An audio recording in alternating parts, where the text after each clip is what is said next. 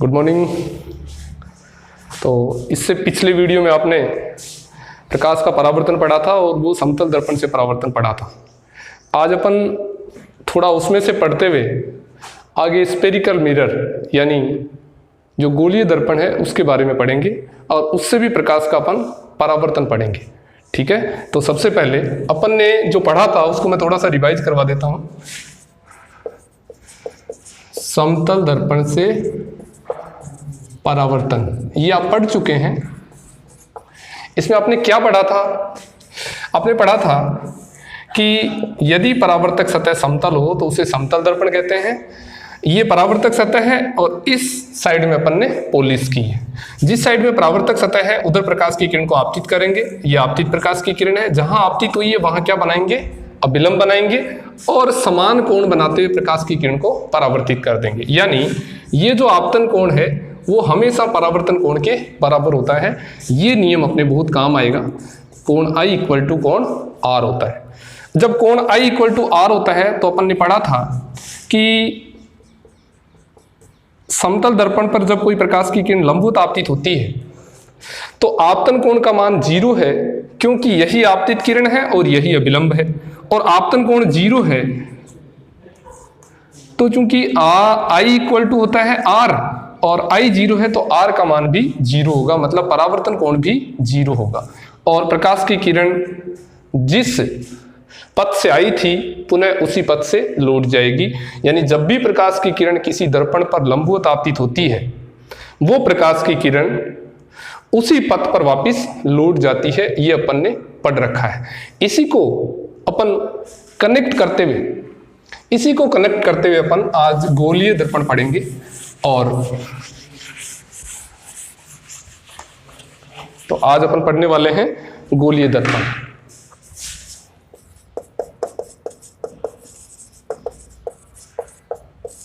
इसको अपन बोलते हैं स्पेरिकल मिरर।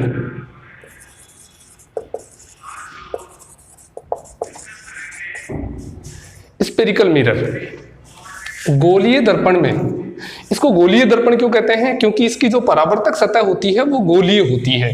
मान लीजिए अपन कोई स्पेयर लेते हैं, स्पेरिकल का मतलब है कोई स्पेयर लेंगे और इस पर अपन इसका यदि अपने एक छोटा सा भाग काट लेते हैं, इस भाग को हटा लेते हैं, तो इस भाग पर यदि अपन इधर पॉलिश करेंगे तो ये सतह परावर्तक का काम करेगी और यदि अपन इसके इस साइड में पॉलिश कर देते हैं तो ये वाली सतह क्या होगी? परावर्तक सतह होगी। इसमें ये परावर्तक सतह है, परावर्तक सतह, इधर ये परावर्तक सतह, परावर्तक सतह।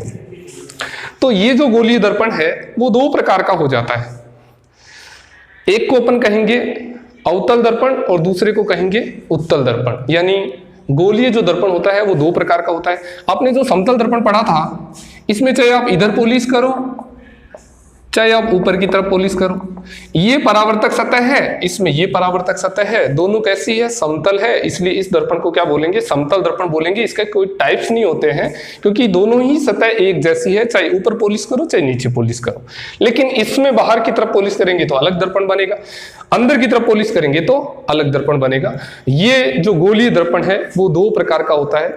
गोलीय दर्पण कौन कौन से दो प्रकार होते हैं उनको अपन कनेक्ट करते हुए आगे पढ़ते हैं।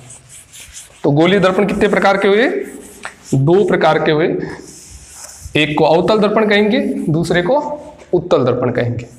तो अपन पढ़ रहे हैं गोलीय दर्पण कितने टाइप्स के हुए? दो प्रकार। कौन कौन से? अवतल दर्पण और दूसरा उत्तल दर्पण।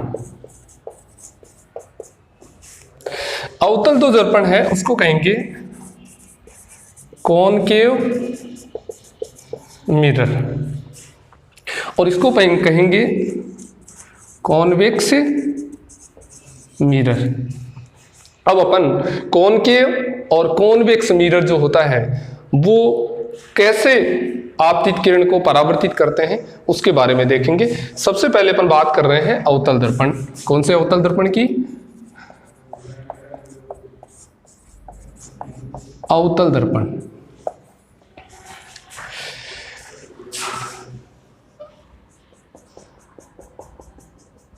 ये परावर्तक सतह बना दी। देखिए इसको अवतल दर्पण क्यों कह रहे हैं, क्योंकि इसकी जो अवतल सतह होती है ये परावर्तक का कार्य करती है। इस सतह को बोलते हैं अपन अवतल सतह। इसको समझने के लिए अपन इस प्रकार से समझते हैं। देखिए आपने पढ़ा है कि लेंस छोटी क्लास में पढ़ा है, ये अवतल लेंस है। इसकी दो सतह है, पहली और दूसरी। दोनों सतह कैसी है? अवतल सतह है, इसलिए इस लेंस को अवतल लेंस बोलते हैं। ठीक है, और ये दोनों सतह परावर्तक का काम कब करेगी?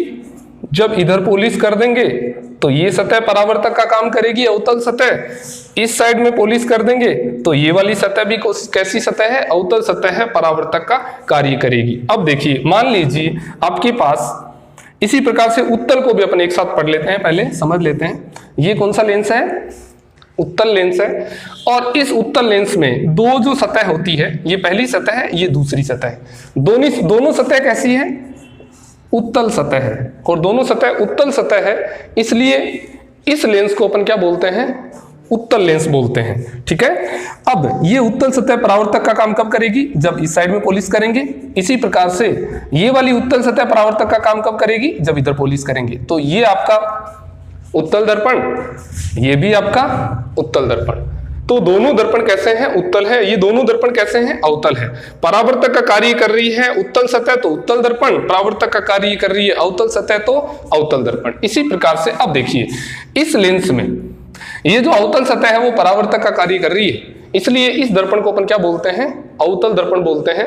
अब अवतल दर्पण में से संबंधित अपन पहले परिभाषाएं पढ़ लेते हैं। और उत्तल अवतल एक सामान्य सी कॉमन सी बात जो अपन पहले पढ़ चुके हैं, हालांकि इसकी फिर से चर्चा करेंगे अपन। ये पोल है, इसका ध्रुव है, और ये इसका क्या है? मुख्य अक्ष है। मुख्य अक्ष के जो प्रकाश की किरण समांतर आती है वो परावर्तन के पश्चात किधर जाएगी? उससे पहले अपन ये जो दर्पण है ये गोले का एक भाग है, और यहां से सेंटर से इस सतह पर यदि अपन कोई रेखा खींचते हैं तो वो अभिलंब होती है। और ये अपन ने क्या बना दिया? एक नॉर्मल बना दिया, अभिलंब बना दिया। ठीक है, और ये कोण कैसा है? आपतन कोण है, जिसको मैं थीटा ले रहा हूं। अब परावर्तन कोण भी कितना होगा? थीटा होगा, क्योंकि आपतन कोण परावर्तन कोण के बराबर होता है। तो इस सतह से परावर्तित होकर प्रकाश की किरण इस प्रकार से जाएगी, और ये वाला एंगल भी क्या होगा? थीटा होगा। इस प्रकार से ये प्रकाश किरण यहां से गुजरेगी। ये अवतल दर्पण में ऐसा होता है। यदि अपन उत्तल दर्पण लें, जो ये उत्तल सतह है वो परावर्तक का कार्य कर रही है, इसका मुख्य अक्ष बना दिया, ये इसका क्या बना दिया अपन ने? पोल बना दिया। ठीक है, और अब इस पर प्रकाश की किरण को आपतित करते हैं, ये आपतित प्रकाश की किरण हुई। जहां प्रकाश की किरण आपतित हुई है वहां अभिलंब बनाना है अपने को। और अभिलंब ये जो गोला है उसको राउंड यदि करेंगे तो सेंटर किधर आएगा? इस साइड में आएगा, और सेंटर से सतह पर कोई भी रेखा बना देंगे वो क्या होगी? अभिलंब होगी। तो सेंटर से सतह पर रेखा बना देते हैं और वो क्या होगी? अभिलंब होगी। इस प्रकार से ये इसका मान लीजिए सेंटर है, अभिलंब बना दिया। ये कोण क्या हो गया? आपका आपतन कोण हो गया, थीटा। अब समान कोण बनाते हुए प्रकाश की किरण क्या होगी? परावर्तित होगी। तो इधर समान कोण बनाते हुए इस साइड में ऐसे परावर्तित हो जाएगी, तो ये एंगल भी क्या होगा? थीटा होगा। इस किरण को यदि अपन आगे बढ़ाएंगे तो कहां से आती हुई दिखेगी आपको? यहां से आती हुई दिखेगी। इसको अपन फोकस बोलेंगे।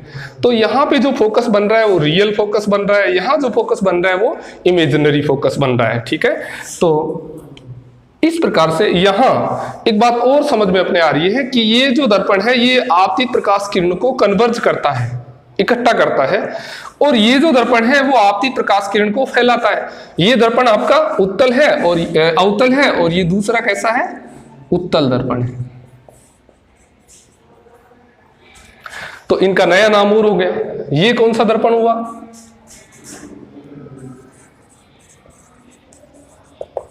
कन्वर्जिंग। और ये कैसा दर्पण हुआ? डाइवर्जिंग। तो डाइवर्जिंग और कन्वर्जिंग दो प्रकार के क्या हो गए? आपके दर्पण हो गए, अवतल दर्पण और उत्तल दर्पण। अब इनके बारे में अपन डेफिनेशन पढ़ते हैं। ये हालांकि छोटी क्लास में आपने पढ़ा है लेकिन एक बार फिर से अब, क्योंकि चैप्टर इसी से डेवलप होगा और इससे ये समझ में आएगा तभी अपन आगे पढ़ पाएंगे। तो दो प्रकार के दर्पण हो गए, उत्तल दर्पण और अवतल दर्पण। इनकी डेफिनेशन पढ़ लेते हैं अगले टॉपिक में, अगले जो क्लास आएगी उसमें अपन इसकी डेफिनेशन पढ़ेंगे इससे रिलेटेड।